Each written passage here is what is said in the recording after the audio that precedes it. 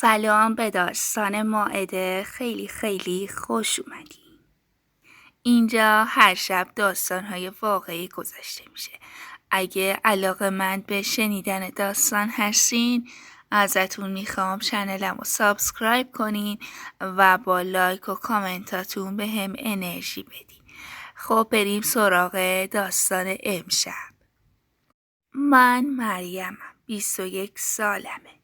1 ساله که ازدواج کردم با مردی که به شدت به مادرش وابسته است و اولویت اول زندگیش اونه، نه من. طبیعتاً منم با این موضوع تا زمانی که این وابستگی به زندگیم لطمه‌ای نمیزد هیچ مشکلی نداشتم. منم آدمم و احساس دارم. میتونم اینو درک کنم که یه مادر چه زحمتی برای قد کشیدن و بزرگ کردن بچهش کشیده.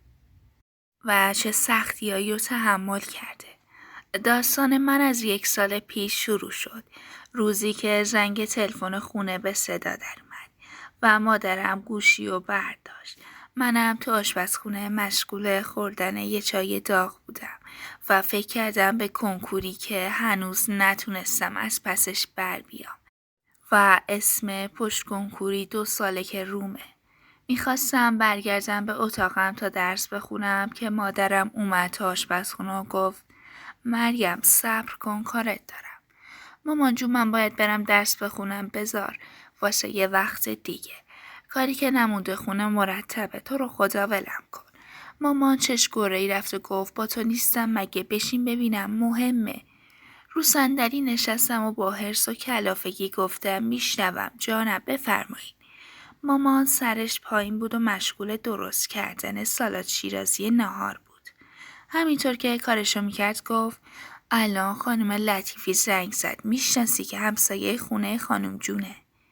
زنگ زد اجازه بگیره واسه امشب بیان خواستگاری. با تعجب پرسیدم خواستگاری واسه کی؟ مامان یه نگاهی بهم انداخت و گفت ما چند تا دختر تو این خونه داریم. خب معلومه تو دیگه. با بیخیالی از جام بلند شدم و گفتم جواب من معلومه. بگو خودشونو تو زحمت نندازن. من قصد ازدواج ندارم. مامان با عصبانیت گفت یعنی چی، مگه دست توه؟ من اجازه دادم که بیان. برگشتم سمت مامان و گفتم پس دست کیه؟ واسه من داره خواستگار میاد، زندگی منه، به هر کسی مربوطه غیر خودم، آره؟ مامان نشست سر جاش و دوباره به کارش مشغول شد و با بی‌تفاوتی گفت بالاخره من اجازه دادم بیان. به باباتم الان زنگ میزنم که امشب زودتر بیاد خونه. این بنده خداها چند ماه منتظرم من یه جوابی بدم بهشون. بذار بیان، تو که پسرشون رو ندیدی. اگه نخواستی جوابش یه کلمه است، نه. دیدم مامانم همچین بیراهم نمیگه. نمیدونم چی شد که خودمم بدم نیامد. با خودم گفتم فوقش میگم نه. ولی در عوضش یه نفر به لیست خواستگارام اضافه میشه و میشه مایه افتخار و حرص دختر خاله ها رو درآوردن. اون روز درس رو کنسل کردم. بعد نهار با مامان شروع کردیم به تمیز کردن خونه. کم کم داشت غروب میشد که کار ما هم تموم شد. فوراً یه دوش کوتاه گرفتم و در اومدم. به بابا که تازه رسیده بود جلوی تلویزیون لم داده بود یه سلام سرسری کردم و فوری رفتم تو اتاقم و یه دستی به سر و روم کشیدم. یه لباس شیک پوشیدم. کاملا آماده بودم که زنگ در خونه به صدا در اومد. مامان با استرس پرید تو اتاق، گفت مریم حاضری؟ اومدن، بودو بیا تو آشپزخونه. فوری دویدم تو آشپزخونه. صدای سلام و احوالپرسی مهمونا به گوشم میرسید. هیچ اثری از استرس تو وجودم نبود. فقط میخواستم زودتر این جلسه تموم بشه تا برم سراغ درسم. وقت بردن چاییا رسید. آروم سینی رو برداشتم به سمت پذیرایی رفتم. یه نگاه اجمالی به همه انداختم. چایو بین همه تعارف کردم. مادر و پدر پسره با لبخند تماشا میکردن و به به چهچه میکردن. خواهرای داماد اما ساکت بودن و هیچ واکنشی نشون ندادن. به داماد که رسید محض کنجکاوی یه نگاه بهش انداختم. ضربان قلبم 1 بار اوج گرفت. شاید تا اون روز و تا اون لحظه بهش در یک نگاه اعتقادی نداشتم. روی یکی از صندلی که کنار بابا بود نشستم و به چشمای اون مرد فکر میکردم. گیج شده بودم. هیچ درکی از اطرافم نداشتم که با صدای بابام که صدام میکرد به خودم اومدم. ازم خواست اون پسره رو که متوجه شدم اسمش ایمانه رو راهنمایی کنم به سمت اتاقم تا با هم حرف بزنیم. از جام بلند شدم و با صدایی که از ته چاه بلند میشد گفتم بفرمایید. دوشا دوش هم از پله ها بالا می رفتیم. بازم این ضربان قلب لعنتی. بازم احساس گیجی و ترس از اینکه مبادا جوابم مثبت بشه و رسیدن به هدفم هیچ بشن. وارد اتاق شدیم که نشست گوشه تخت. منم روی صندلی کامپیوترم نشستم. با انگشتای دستم بازی می کردم و اون با کنجکاوی اتاقم رو دید می زد. بعد چند لحظه شروع کردن به حرف زدن. هیچی از حرفاش نمیفهمیدم. اما چقدر لحنش و تون صداشو دوست داشتم. چه آرامشی به قلبم سرازیر کرد. دیگه خبری از استرس و اضطراب نبود. منم شروع کردم به حرف زدن اما هدفم. از اینکه دلم میخواد درسمو ادامه بدم. دلم میخواد مستقل زندگی کنم. از اینکه از زندگی محبت و توجه رو بیشتر از هر چیزی میخوام. اونم موافقت کرد و گفت اولویت زندگیش مادرشه. اما نه در حدی که به زندگی من لطمه بزنه. منم با تصور علاقه و وابستگی خودم به مادرم اینو مسئله مهمی ندیدم. خیلی زود قراره عقد و ازدواج گذاشته شد. به فاصله چشم هم زدنی من زن مردی شدم که توی نگاه عاشقش شدم و با اومدنش تمام معادلات و برنامه هامو به هم ریخت. دیگه فکرم جز فکر به ایمان به سمت چیزی نمی رفت. گوشام فقط صدای اونو می شنید. زبونم فقط به حرف زدن با اون باز می شد. 3 ماه عقد بودیم و تو این 3 ماه من به این رسیدم که وابستگی ایمان به مادرش بیش از حد تصورات منه. در تمام مدتی که من به فکر ایمان و آیندمون بودم و از عشقش لبریز، اون به این فکر میکرد که مادرش غذا خورده یا نه، قرصاشو مصرف کرده، جایش درد نمیکنه و این منو دیوونه میکرد. هیچ وقت به اندازه مادرش ازش توجه و محبتی دریافت نمیکردم. و مادرش با سوء استفاده از این شرایط هر جوری که دلش میخواست با همون تا میکرد. برخلاف تصور من که ایمانو یه مرد محکم و مستقل تصور میکردم اصلاً اینجوری نبود. مادرش با چرب زبونی و مهربونی اونو وادار به کارایی میکرد که منو هر روز افسرده تر میکرد. ایمان میدونست چقدر درس خوندن برای من مهمه. اما به تصمیم مادرش من از درس خوندن منع کرد. هر روز که به روز عروسیمون نزدیک می شدیم ترس و تردید بیشتری برای زندگی با ایمان پیدا می کردم. اما اونقدر عاشقش بودم که شجاعت عقب کشیدن رو نداشتم. فتنه‌های مادر و خواهرش تمومی نداشت. از طعنه‌هاشون برای جهیزیه خانواده‌ام با زحمت برام خریدن و هیچ کم و کسی نداشت تا ایراد گرفتن از ظاهرم جلوی دوست و فامیل و غریبه. من با یه انرژی مثبت قوی وارد این خانواده شده بودم. اما تمام اعتماد به نفسم رو داشتن ازم میگرفتن. من سیاست شوهرداری بلد نبودم. نمیدونستم ایمانو چطور به سمت خودم بکشونم. کم کم علاقه شدیدش به مادرش حس حسادت رو در من ایجاد کرد. در کنار حسادت نفرت از اونا داشت به جنون میرسوند منو. کم کم سعی کردم خودی نشون بدم.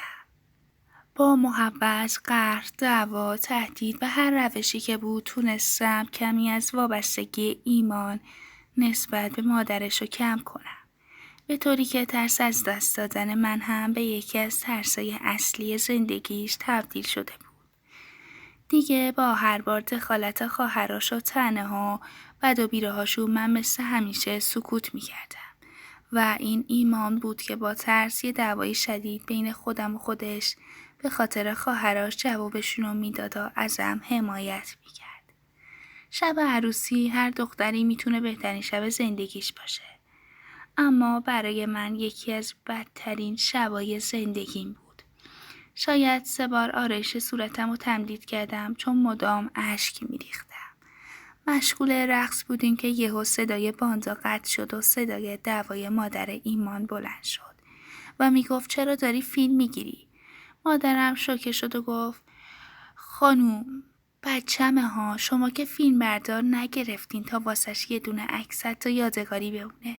منم آرزوها دارم براش، میخوام یه یادگاری براش باشه. دخترم نداری، من نمیخوام فیلم عروسم تو گوشی کسی باشه. از الان این ناموس ما دختر ماست. ما براش همه چی رو تعیین میکنیم. گوشی رو از دست مادرم چنگ زد و فیلم رو پاک کرد. مادرم با گریه رفت بیرون و من همونجا جلوی 200 نفر مهمون. دلم میخواست زمین دهن باز کنم و برم توش. دلم میخواست هرچی از دهنم در میاد بار این زن بکنم. به گریه افتادم ولی به اصرار دختر خاله هم و بقیه فامیل واسه حفظ آبرو چیزی نگفتم و تو خودم ریختم. اون شب قسم خوردم که عوض اشکای مادرم ازش بگیرم. بعد عروسی خواهر شوهرام رفتن شهر محل سکونتشون. ما هم سر خونه زندگیمون.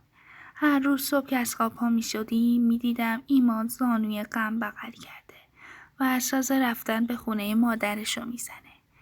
منم به خاطر اینکه غمگین نباشه مخالفت نمی کردم و با هم می رفتیم خونه مادرش و اونم مثل یه کارگر ازم کار می کشید. شبم بعد شام برمی گشتیم خونمون. دلم میخواست با شوهرم 2 نفره ها داشته باشیم. دلم میخواست آشپزی کنم، لباس مورد علاقه‌شو بپوشم. هیچی از زندگی نمیفهمیدم. اگه نمیرفتیم مادر ایمان زنگ میزد و گریه میکرد که ایمان جات خالیه. بدون تو چی کار کنم؟ همه جا خونه بوی تو رو میده. به منم میگفت پسرم از من جدا کردی، خدا نشونت بده. داشتم دیوونه میشدم. دیگه طاقت این زندگی رو نداشتم. بازم روش قبلیمو شروع کردم و برای ایمان خط و نشون کشیدم که فقط هفته‌ای 2 بار میریم خونه مادرت. اونم از ترس خراب شدن زندگیمون راضی شد. کلاً ایمان آدمی بود که زود تحت تاثیر حرف دیگران قرار می گرفت. خودشم قبول داشت کارش اشتباه و به من حق میداد. برای همین مخالفتی نکرد. هرچند میدونستم گاهی دور از چشم من میرفت بهشون سر میزد. بیازارترین عضو خانواده پدر شوهرم بود. اونم عین ایمان زن دوست بود و رو حرف مادر ایمان حرف نمیزد. اما بیچاره مدام مریض بود تا اینکه یه روز صبح با صدای زنگ تلفن از خواب بیدار شدیم که مادر ایمان بود. با گریه شیون میکرد و خبر از دست دادن پدر شوهرم داد. انگار شب قبل سکته کرده بود و احیا فایده‌ای نداشته و مرده. مرد خوبی بود، دوستش داشتم. مادر ایمان واقعا عاشق شوهرش بود و خیلی بیتابی میکرد. مشکل قلبی داشت و تنها بودن براش خوب نبود. ایمان مدام غیر مستقیم ازم میخواست اونو بیاریم پیش خودمون زندگی کنه. اما من زیر بار نمیرفتم. ظلمایی که بهم کرده بود هنوز یادم بود. تا اینکه یه روز وقتی ایمان برای دیدن مادرش رفته بود خونش، وسط درد دلاشون اونقدر منیر خانوم مادر ایمان بیتابی میکنه تا سکته میکنه. چند روز بستری بود و خبر بعد برای من این بود که یه طرف بدنش کلاً بی‌حس شده. نه اینکه ناراحت شده باشم و نه، اتفاقاً خوشحال بودم که داره تقاص دلشکسته منو پس میده. از این ترسیده بودم که مبادا با این وضعیت بیارنش خونه و من مجبور باشم ازش پرستاری کنم. خواهر شوهرام که به خاطر فوت پدرشون اونجا بودن ساز رفتن میزدن تا از زیر کارای مادرشون در برن و پرستاریشو بندازن گردن من. یه روز یه جلسه گذاشتیم تا تکلیف این قضیه رو معلوم کنیم. خواهر شوهرا میگفتن ما با چند تا بچه کوچیک نمیتونیم از پس مامان بر بیایم. پس وظیفه نگهداریش میفته به گردن تنها پسرش ایمان. منم که از قبل خودم برای این لحظه آماده کرده بودم، فرصتی برام پیش اومد که حقمو از این قوم ظالم بگیرم. از طرفی میدونستم شوهر من اونقدر ساده و بی‌عرضه است که بیچون و چرا قبول کنه. چه بسا حقشم خواهرای فتنش بخورن. ایمان تا خواست جواب بده نذاشتم و گفتم باشه. من حاضرم از مادرتون پرستاری کنم. خواهرای ایمان از تعجب نمیدونستن چی بگن. اما بعدش که به خودشون اومدن با خوشحالی و چرب زبونی گفتن خدا رو شکر، خدا همچین زن داداشه خانومی نصیبمون کرده. ایمان ما همیشه بهت نمیگفتیم زنت فرشته است؟ پوزخندی زدم و گفتم اما یه شرط دارم. با تعجب گفتن چه شرطی؟ لبخند زدم و گفتم مامانتون الان یه طرف بدنش کلاً بی‌حسه. پس نمیتونه کاراشو بکنه و من باید 24 ساعت بالا سرش باشم. حتی نمیتونه تا دستشویی بره. من یه زن جوونم، سنی ندارم هنوز. منم دلم میخواد درس بخونم. از زندگیم لذت ببرم، بچه دار بشم. با قبول کردن این مسئولیت تمام آزادیای منم گرفته میشه. بنفشه با کلافگی گفت برو سر اصل مطلب. مریم شرطت چیه؟ شرط سختی نیست. این خونه رو به نام من یا ایمان کنی. شوکه شده بودم. با مسخرگی گفت داری شوخی میکنی؟ لب زدم مگه من با تو شوخی دارم؟ سامانه گفت اصلا میفهمی چی داری میگی؟ این خونه اموال بابا مال هممونه نه تو. خوب شناختیمت مریم خانم. پس چشمت دنبال مال و اموال ما بود؟ بنفشه به سامانه گفت وقتی از یه خانواده سطح پایین دختر بگیریم همینه دیگه. با عصبانیت گفتم راجع به خانواده من درست حرف بزنین. همین که گفتم یا خونه رو میزنین به نام ما یا مادرتون و خودتون جمع جور کنین. به ما مربوط نیست. از جام بلند شدم به ایمان گفتم بریم. اونم با مظلومیت دنبالم راه افتاد. تو راه ایمان مدام گریه میکرد و میگفت مادرم این همه برای من زحمت کشیده. من هیچ کاری براش نکردم. این همه به من مهربونی کرد. گفتم ایمان مادر تو همون زنیه که اوقاتمون رو این همه تلخ کرد. با بغض گفتم تمام روزای خوب عقدم رو خراب کرد. شب عروسیم اشک خودم هیچ، اشک مادرم هم در آورد. تو کل فامیل آبرومونو برد. نذاشت درس بخونم. یادته اولین شرط من برای ازدواجم با تو ادامه تحصیلم بود. کاری کرد که هیچ لذتی از زندگی مشترکم نبرم. کی ما 24 ساعت کامل با هم تنها بودیم. اصلاً تالا شده یه سینما با هم دوتایی رفته باشیم. هر جا میخواستیم بریم خودشو دنبالمون مینداخت. به خدا شکایتی نداشتم اگه حداقل زبونش نرم بود یا از هر دو بار یه بار با همون میمد. اما همیشه یه خدا با همون بود. یادته یه بار یواشکی رفتیم بیرون و توی بیورزه از دهنت در اومد گفتی بهش اون چه نفرینی میکرد منو؟ یادته که چجوری به خانواده‌ام بد و بیرا میگفت؟ تو رو خاک بابات. من در مقابل رفتارای خواهرت و مادرت کوچیکترین بی احترامی بهش کردم؟ اگه کردم هر چی که تو بگی تا آخر عمرم بیچون و چرا کارگریشو میکنم. لب زدم تو ساده ایمان اونا میخوان حقتو بخورن. با این کار من حداقل در ازای عمر خدمت من که جوونیم به باد میره. یه سقفی بالا سرمون میمونه. بیا بی‌طاقتی نکن عزیزم. قول میدم همه چی درست بشه. وقتی ببینن ما محکم رو حرفمون ایستادیم دیگه چاره‌ای ندارن. تا حدودی تونستم ایمانو قانع کنم. اونم دیگه حرفی نزد. موندن خواهرای ایمان 2 ماه طول کشید اما همچنان مخالف بودن. ما هم همچنان پای حرفمون ایستاده بودیم. دیگه داد شوهرشون در اومده بود. به ایمان زنگ می‌زدن تسخر شیطون بیاین پایین. در ازاش ماهانه بهمون یه مبلغی میدن تا از مادرش نگهداری کنیم. اما من زیر بار نمیرفتم. پدر ایمان یه مغازه پوشاک به نام ایمان زده بود. فقط یه مغازه دیگه و یه خونه مونده بود که خواهراش نمیتونستن زیر بار برن که همچین پولی رو از دست بدن. تا اینکه یه روز سمانه زنگ زد و گفت ما داریم برمیگردیم خونمون. هر کار میخوایم بکنیم. دیگه مامان و مسئلهش به ما مربوط نیست. من اونقدر از مادر ایمان دل شکسته بودم که اگه تمام عالم جمع می شدن نمیتونستن این کینه را از دلم پاک کنن. اما انسان بودم، مثل اونا بی وجدان نبودم. وسایلم رو جمع کردم و رفتیم خونه مادر ایمان. تا چند روزی مواظبش باشیم تا یه فکری به حالش بکنیم. وقتی رسیدیم بوی گند همه جا رو برداشته بود. وقتی رسیدم بالا سرش انگار 10 روز بود که عوضش نکرده بودن. از تو حموم تشت و لگن رو برداشتم و به ایمان گفتم بره بیرون تا تمیزش کنم.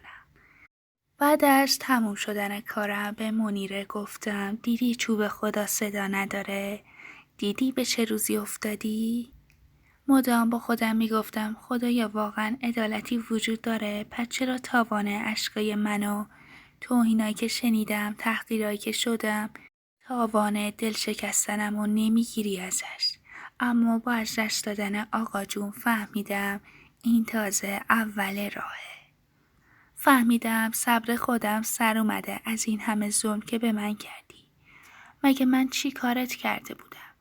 من که جز چشم چیزی نمیگفتم. من که همیشه بهت احترام میذاشتم. آخه مگه چی میخواستم جز این که در کنار پسرت خوشبخت باشم و در آرامش باشی؟ چرا چشم خندیدن منو نداشتی؟ چرا تو که این همه ادعا میکردی عاشق ایمانی اونقدر زندگی رو به کام بچت و من تلخ میکردی؟ چی نصیبت میشد؟ کاش با من خوب تا میکردی. کاش میدونستی گهی زین به پشت و گهی پشت بزین. کاش میدونستی توی این روز آدم چقدر تنهاست. اشکام میریخت و حق حق میزدم. اونم داشت گریه میکرد. واقعا اگه میتونست حرف بزنه الان چی میگفت؟ بازم با اون زبون تلخش به هم بد و بیرا میگفت. اشکامو پاک کردم و گفتم میبینی چقدر تنهایی؟ همون دخترات که این همه هواشونو داشتی و به خاطرشون این همه منو سوزوندی ولت کردن و رفتن. کی برات موند جز من؟ منو ببخش، اما من آدم بزرگی نیستم. من اونقدر بخشنده نیستم که بتونم ببخشمت. باور کن که خیلی با خودم کلنجار رفتم، به هر دری زدم تا فراموش کنم کارایی که باهام کردی، اما نشد. به خدا نشد. هنوز جای سیلی که به خاطر شوخی که با شوهر خودم کرده بودم و به هم ناحق زدی میسوزه. هنوز زنگ صدات وقتی به خودم بد و بیرا میدادی و مادرم که یه رکعت نمازش قضا نشده رو با اون لقب صدا میکردی تو گوشمه. هنوز یادمه چطور شوهرمو پر میکردی تا نذاره برم بیرون درس بخونم یا حتی دوستامو ببینم. منو ببخش، اما تو سهم تنهاییه. من نمیتونم قبولت کنم. اون اشک میریخت و من بی توجه از اتاقش رفتم بیرون. ایمان با دیدن چشمای قرمزم هر چی سوال کرد چی شده جوابی ندادم. یه هفته اونجا موندیم و با جون و دل ازش مراقبت میکردم. ایمان خیلی خوشحال بود با دیدن خدمتم به مادرش، دست و پامو میبوسید. هی میرفت و میامد ازم تشکر میکرد. نمیدونستم چطور باید تصمیمی که گرفتم و بهش بگم. سخت بود اما مجبور بودم. سوپ منیره خانومو توی کاسه ریختم و قاشق به قاشق میذاشتم دهنش. بعد تموم شدن غذاش برای خودمون غذا کشیدم و ایمانو واسه ناهار صدا کردم. ایمان با ذوق اومد نشست کنارم و گفت مریم انگار مامان حالش بهتره. من قربونت بشم، به خدا بهترین زن دنیایی. خیلی دوست دارم مریم. لبخند غمگینی زدم و دلم به حال شوق کودکانه و مهربونی و سادگی بیش از حد این مرد سوخت. با تمام سادگیش و گاهن بچگیش من عاشق این مرد بودم. داشتم از این حجم کینه دیوونه می شدم. من چم شده بود؟ من که این همه کینه ای نبودم. چطور میتونم تا این حد از یه آدم متنفر باشم؟ کاش فقط یه بار یه جمله خوب، یه لبخند یا کمی ملایمت ازش میدیدم تا الان باعث شکستن دل عزیزترینم نباشم. برخلاف ایمان که با اشتها غذا میخورد، من با غذام فقط بازی میکردم. آخرش که چی؟ باید میگفتم دیگه. آروم شروع کردم. ایمان جان، من فکرامو کردم. ایمان همینطور که غذا میخورد گفت چه فکری؟ گفتم ایمان ناراحت نشو، ما باید مادرتو بذاریم خونه سالمندان. غذا پرید تو حلقشو به سرفه افتاد. فوراً یه لیوان آب بهش دادم و با نگرانی پرسیدم چی شد؟ ایمان بی توجه به سرفه‌اش بریده گفت تو چی گفتی؟ خونه سالمندان؟ با ناراحتی گفتم یه لحظه گوش کن. ایمان از جاش بلند شد و داد زد هیچ حرفی نمیخوام بشنوم. اصلا فکرشم نکن. من مادرمو بذارم خونه سالمندان که از غصه دق کنه؟ محاله مریم، محاله. تا الان هرچی گفتی گوش کردم. هر سازی زدی به سازت رقصیدم. این یکی دیگه نه. فوراً از خونه زد بیرون. به گریه افتادم. چرا هیچ کس منو درک نمی کرد؟ بچه هاش که یه عمر بزرگشون کرده بودن بهش پشت کردن. از منی که عروسش بودم و تازه یه سال وارد زندگیشون شدم و از همه مهمتر جز تحقیر و توهین چیزی نصیبم نشده بود چه توقعی داشتن؟ ایمان تا شب نیومد خونه. داشت کم کم خوابم میبرد که وارد اتاق شد. خسته و غمگین بود. دلم براش میسوخت. میدونستم چه فشاری رو داره تحمل میکنه. اما منم واقعا برام سخت بود. آروم خزید زیر پتو و چشماشو بست انگار من اونجا نبودم. کنارش دراز کشیدم و گفتم ایمان جان تو رو خدا بذار حرف بزنم، فقط گوش کن. من هنوز 22 سالمم نشده. هنوز خیلی بی تجربه تر از اینم که بتونم همچین مسئولیتی رو قبول کنم. من قراره بچه دار بشم. کلی هدف دارم. کلی آرزو دارم برای زندگیمون. وجود مادرت نمیذاره به هیچ کدوم از هدفام برسم. دست و پامو میبنده. چرا فکر میکنی من آدم بدیم؟ به خدا تصمیم سختیه، مسئولیت بزرگیه. این قهرمان بازی ها واسه تو فیلم هاست. چطور توقع داری جوونیم و آرزوهامو فدای مادرت کنم؟ حداقل اجازه بده براش پرستار بگیریم. این که بهتر از خونه سالمندانه. پرستار بگیرم که دور از چشم ما با مادرم بدرفتاری کنه؟ از کجا معلوم بهش غذا بده؟ جاشو عوض کنه؟ باهاش مهربون باشه؟ مریم این کارو با من نکن. من نوکری تو میکنم اما این کارو نکن. من نمیتونم بین تو و مادرم یکی رو انتخاب کنم. قبول دارم مادرم خیلی به تو بد کرد اما الان حتما پشیمونه. این همه بلا سرش اومد بسش نیست؟ خونه سالمندان بره میمیره اون. گفتم نه ایمان، اونجا خیلی خوب ازش مراقبت میکنن. اونا کارشون همینه. به خدا بد جا افتاده واسه مردم که فکر میکنن خونه سالمندان انگار کشتارگاهه. ولی اصلا اینطور نیست. اونجا پرستار داره، دکتر داره، خدمه داره، تازه کلی همسن و سال خودش اونجا که حوصلش هم سر نره. با 1000 دلیل و منطق تونستم ایمانو راضی کنم. روز قبل از بردن منیره به خونه سالمندان به سمان و بنفشه زنگ زدم و تصمیممونو بهشون اطلاع دادم. اما اونا گفتن خونه سالمندان جاش بهتره و مشکلی ندارن. اونا براشون پول مهمتر از مادرشون بود. روزی که داشتم منیره رو آماده می کردم برای بردن به خونه سالمندان، ایمان عین ابر بهاری گریه می کرد. هیچ وقت ندیده بودم یه مرد تا این حد معصومانه گریه کنه. مدام دست و پای مادرش رو میبوسید و معذرت خواهی میکرد. منیره که فهمیده بود میخوایم چی کار کنیم با یه دست سالمش دستم و محکم گرفته بود و گریه میکرد و صداهای نامفهومی زمزمه میکرد. انگار داشت التماسم میکرد که نبرمش. با هر ضرب و زوری بود سوار ماشینمون کردیم. به راه افتادیم. حتی یه قطره اشک از گریه‌های ایمان کم نشده بود. خودم رو محکم گرفته بودم تا نزنم زیر گریه. حتی اگه بدیهای این زنم نادیده میگرفتم، واقعا من خیلی کم سن و سالتر از این بودم که از پسش بر بیام. من کلی هدف داشتم. تازه اگه بچه دار می شدم کارم خیلی سخت‌تر می شد. ایمان مدام از آینه ماشین به مادرش نگاه می کرد و شدت گریه‌هاش بیشتر می شد. وقتی رسیدیم خودش نتونست مادرش رو تحویل بده و من ویلچر رو گرفتم و بردمش. خیلی سفارشش رو کردم. موقع خداحافظی منیره دستم رو گرفت و تو چشمام با التماس خیره شد. آروم در گوشش گفتم خدا میدونه اولش فقط به خاطر ظلمات بود که خواستم بیارمت اینجا، اما الان واقعا به خاطر خودم و شوهرم و جوونیمونه. بودن تو تمام لذت و خوشیامونو ازمون میگیره. حلالم کن، اما من کلی برنامه برای زندگیم دارم. من خیلی جوونم. لطفاً اینو درک کن.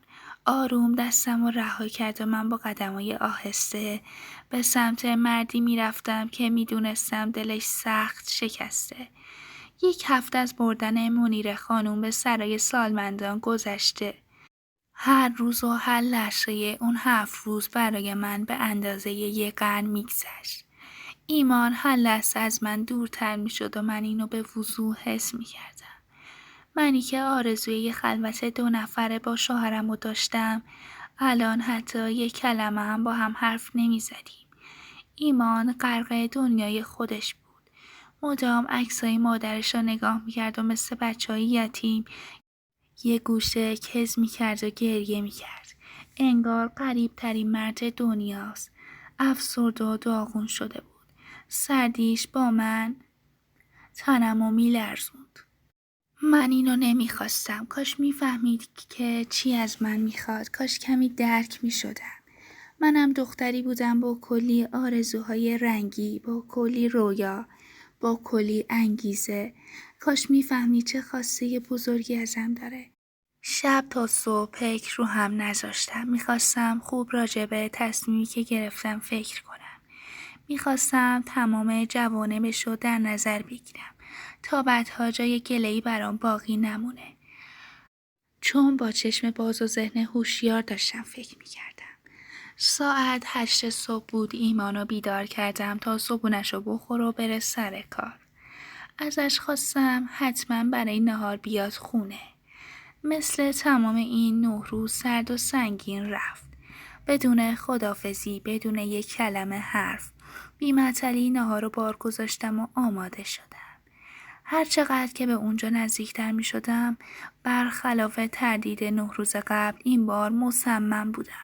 فوری کاراشو انجام دادم و رفتم تو اتاقش. خیره به پنجره بود. رنگش زرد و پریده بود. وقتی با آنها روی تخت دیدمش با خودم گفتم مگه من دنبال این نبودم؟ چه تاوانی سخت‌تر از حال امروزش؟ وقتی تا این حد غریب و تنهاست، وقتی تمام عزیزانشو به یه نحوی ولش کردن، یعنی تقاص تمام گناهاشو پس داده. رفتم رو تختش نشستم و سرشو برگردوند و با دیدن من هیچ تغییری تو صورتش به وجود نیامد. انگار فکر میکرد اومدم واسه دیدنش. دستشو گرفتم و گفتم اومدم دنباله تا با خودم ببرمت خونه. میدونی خیلی با خودم کلنجان رفتم. ولی به این نتیجه رسیدم که من آدم بدی نیستم. نمیتونم این کارو کنم. چون همون پدر مادری که تو بیشرف و گدا بهشون میگفتی به من یاد دادن بدی و با بدی جواب ندم. یاد دادن بیشرف نباشم و در قبال آدم و خودم رو مسئول بدونم.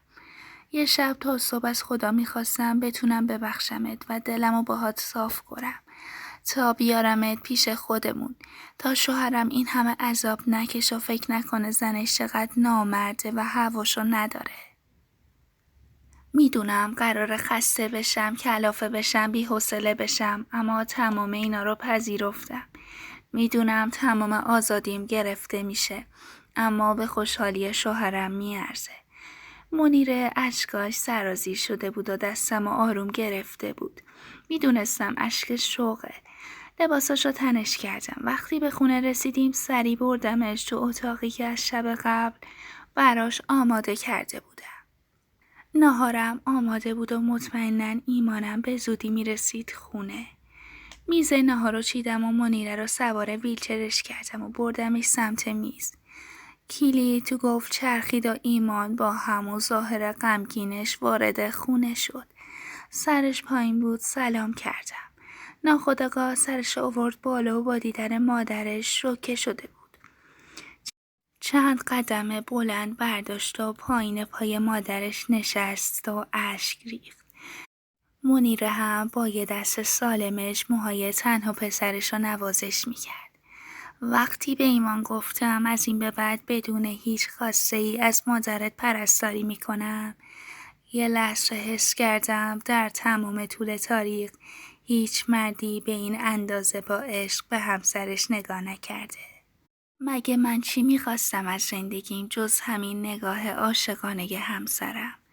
مسئولیت بزرگی بود، نفسگیر، سخت، کلافه کننده. گاهی حتی یادم میرفت غذا بخورم. گاهی تمام خونه نجس میشد و مجبور میشدم تمیز کنم. تو سن 20 خورده ای سالگی اونقدری که منیر خانمو کول کردم رو دستام انداختمش، انگار دستام دیگه کم کم داشت بی‌حس میشد.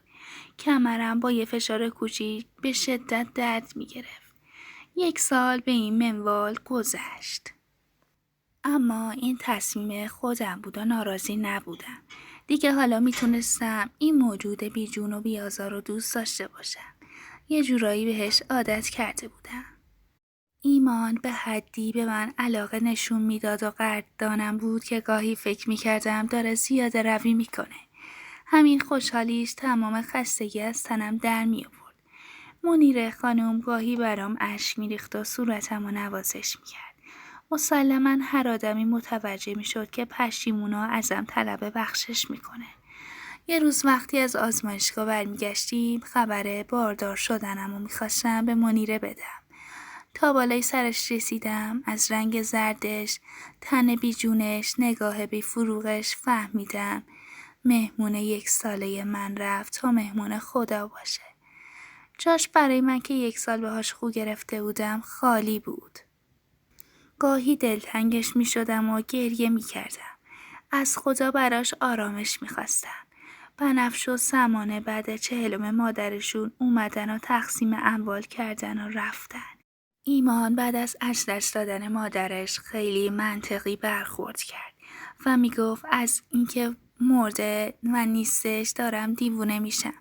اما همین که راحت شد و دیگه عذاب نمیکشه خوشحالم میکنه. امروز دختر 2 ماهه من در آغوشم و از خونه ما صدایی جز خنده و شادی به گوش کسی نمیرسه. زندگی ما آدما رو انتخابامون میسازه. اگه من باز هم منیره رو نمیبخشیدم و نمیرفتم دنبالش، همون روزا باید دفتر این زندگی رو میبستیم. شاید هم با هم زندگی میکردیم، اما زندگی که روزی 100 بار آرزو میکردیم کاش با هم نبودیم.